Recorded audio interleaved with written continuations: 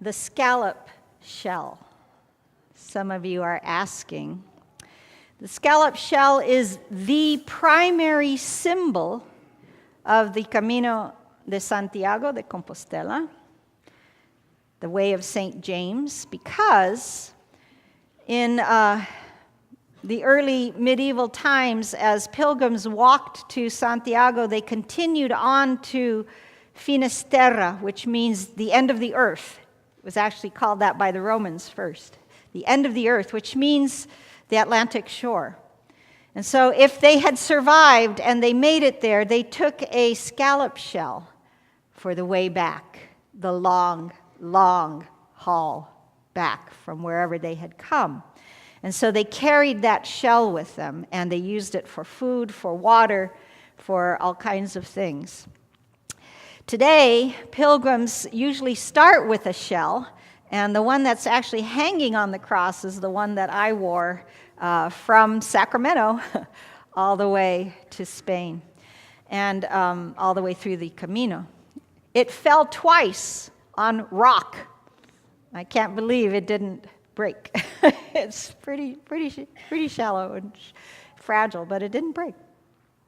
That's the scallop shell. So everyone who is a peregrino, a pilgrim, wears a shell somewhere on them. As I said, sometimes it's a bracelet. It could be all kinds of a necklace or the actual shell or all of the above. In the first few days of our walk,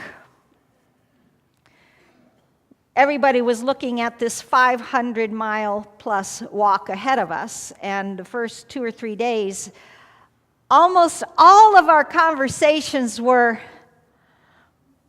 my family thinks I'm crazy. My friends think I'm nuts, right? My coworkers think this is crazy.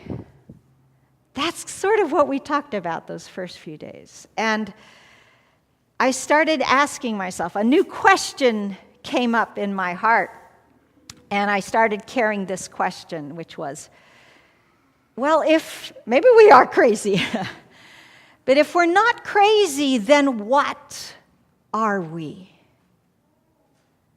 What are we? What are we? Will you pray with me? Holy One, our hearts, our minds, our bodies, all that we are seeks you. And some call us crazy. May these words of my mouth and the meditations of all our hearts be acceptable in your sight, yours. For you alone are our rock and our Redeemer. Amen. I would like to begin with my confession this morning that I am really glad to remember and be reminded that Jesus had no problem critiquing the politicians of his day. Herod was a tetrarch. This is not Herod the king. This is Herod, the political expediency of Rome, I guess you could say, the puppet of Rome. And Herod was out to get Jesus. His father, Herod the Great, the king, had his shot at Jesus when he was a baby, and he missed. And now Jesus has grown into the very real political threat that his birth promised. Remember that?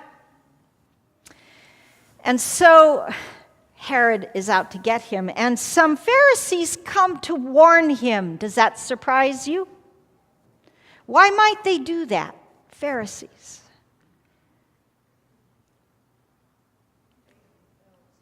To save themselves? Yeah. In what way?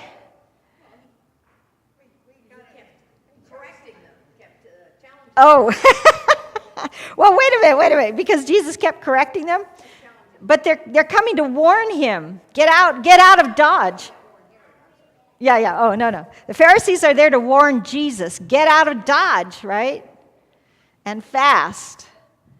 Well, I don't know. There's all kinds of reasons, perhaps.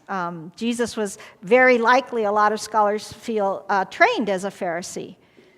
He wasn't wholeheartedly against Pharisees. There was a whole lot Jesus agreed with about the Pharisees. But they may have been saving themselves in the sense that when someone stirs up things in Judea, Rome comes down hard. Right? Might have been that. Could have been a lot of things. But Jesus responds to them, my ad lib, go tell them, my path is so in your face, and it will continue to be. And there's no way any of your threats are going to move me off my path. He literally tells them, I must be on my way, not the way you think I should be on. Self-preservation, right? That's the way most of us would take, right? When the most powerful man in the land wants your head, most of us would find self-preservation a priority, but not Jesus. He is on God's mission, and he will not be diverted from it. Has anyone ever tried to divert you from the path you feel you're called to? Huh? Parents? Let me ask it this way. How many of you have found a life path that was not the design of your parents?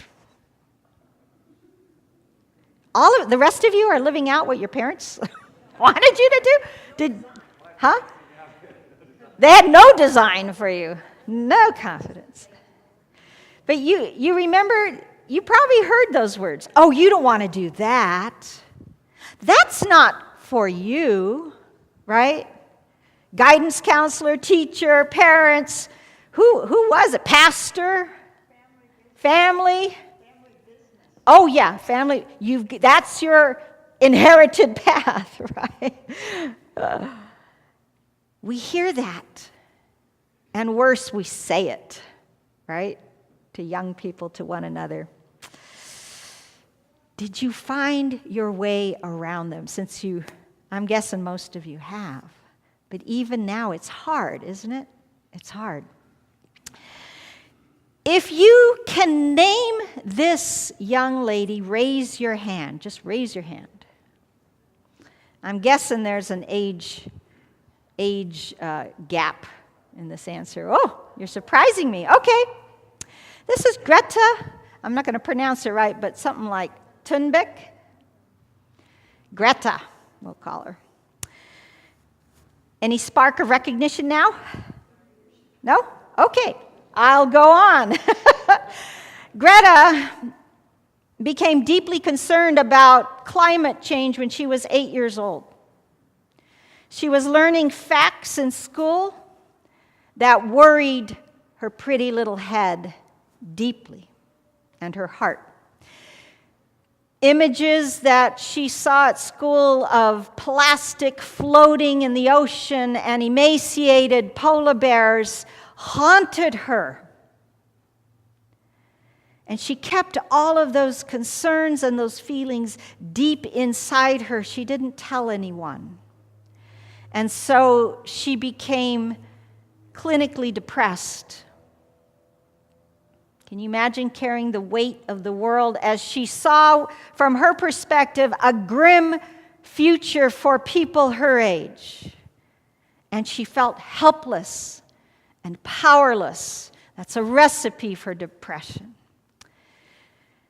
She said, I've always been that girl in the back who doesn't say anything. I thought I couldn't make a difference because I was too small. Boy, is she in good biblical company, right? How many people in the scriptures say that? Well, perhaps it was to help support her through depression, but her parents, who had spent years trying to put up with her concerns finally stopped and started listening. They started reading the books with her. And they started watching the documentaries she had begged them to see with her. And they started looking at the charts and doing internet searches. And they started educating themselves with her. And they began to change. Her mother is an opera singer.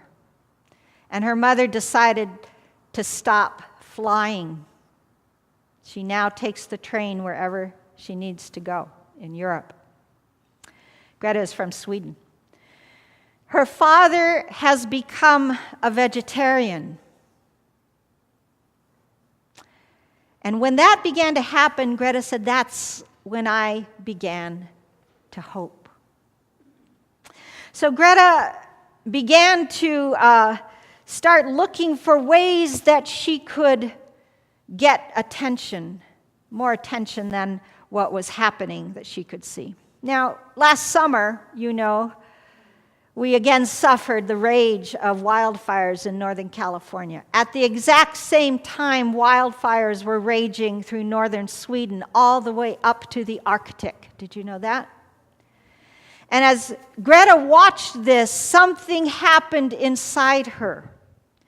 And she turned her passion away from depression and began to use it as the fuel that was the engine of her intention to bring public and political will to stop global climate change. And she started looking for, how can I do this? And she decided that she would start a strike. Every Friday, she would refuse to go to school in Sweden until the Swedish national elections happened. Every Friday, her strike. Well, her parents did everything they could to move her off that path. Let me just tell you, look into those eyes. How successful do you think they were? Her classmates refused to join her. But that didn't stop her. On August 20th, 2018, she got up, found a spot on the cobblestones with her little handmade sign, sat down from 8:30 to 3, the school hours, on that Friday. The public passing by would look at her and laugh. But she kept it up.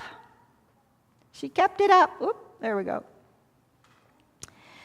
And week after week, and finally some of her friends began to join her on the Friday strike.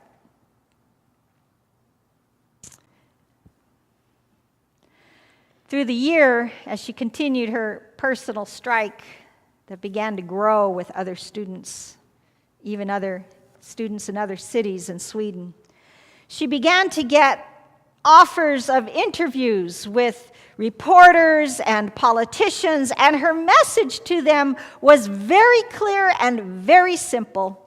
I don't want you to be hopeful. I want you to panic. I want you to feel the fear that I feel. Then I want you to act.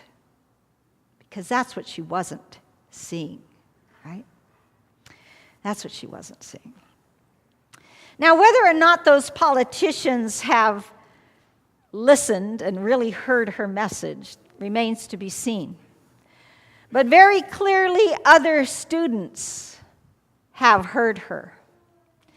Now, Greta knows herself to be someone who is challenged, we might say, with people skills.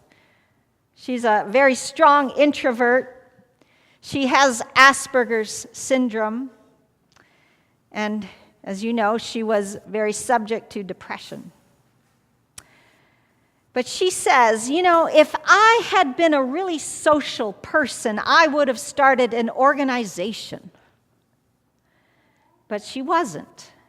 And so she started a movement that grew and grew until this past Friday, March 15th, over 1 million students all over the world, 117 countries, 1,769 different cities, marched and protested political inaction about climate change across the globe. They all joined her Friday strike. Isn't that amazing? You gotta love this float. I think this is Germany. I'm not sure. Is that German? Yeah. And if you can't see it too well, I want you to know she's holding two politicians by their ears. One a woman, one a man. So there are those who understand Greta, right? There are those who understand. Her father says, there was no hint of this in her childhood. It's unbelievable. And you know what that makes me think of? One of our favorite hymns, Archie, Hymn of Promise. Natalie Sleeth's words, in the bud, there is a flower. In the seed, an apple tree. In cocoons, they look dead, don't they? A hidden promise, butterflies will soon be free.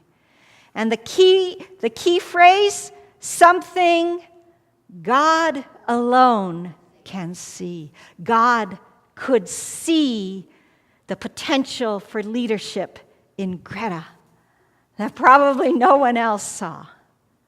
God could see what could happen through her passion.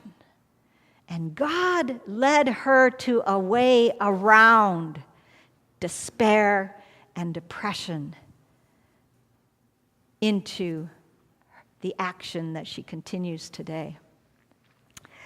I understand that Greta has been nominated 3 times already for the Nobel Peace Prize for 2019. And she's very honored, but that's not her intention. She doesn't really care. That's nice. Because she's on a mission, and she will not be diverted from it. And I would like you to hear from her how she understands that mission. My name is Greta Thunberg. I am 15 years old, and I'm from Sweden. I speak on behalf of climate justice now. Many people say that Sweden is just a small country, and it doesn't matter what we do. But I've learned that you are never too small to make a difference. And if a few children can get headlines all over the world just by not going to school, then imagine what we could all do together if we really wanted to. But to do that, we have to speak clearly, no matter how uncomfortable that may be. You only speak of green, eternal economic growth because you are too scared of being unpopular. You only talk about moving forward with the same bad ideas that got us into this mess, even when the only sensible thing to do is pull the emergency brake. You are not mature enough to tell it like it is. Even that burden you leave to us children. But I don't care about being popular. I care about climate justice and a living planet.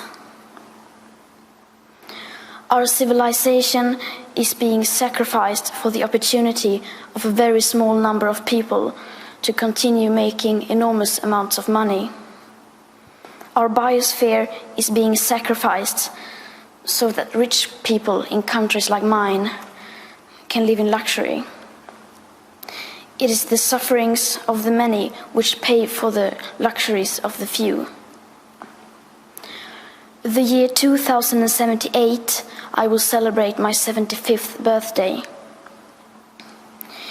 If I have children, maybe they will spend that day with me. Maybe they will ask me about you. Maybe they will ask why you didn't do anything while there still was time to act.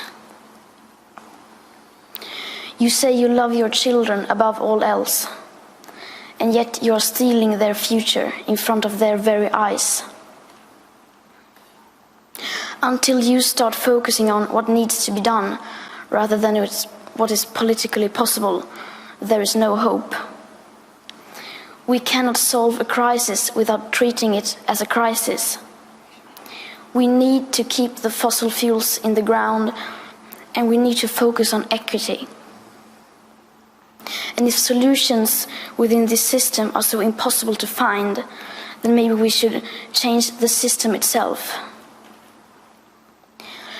We have not come here to beg world leaders to care.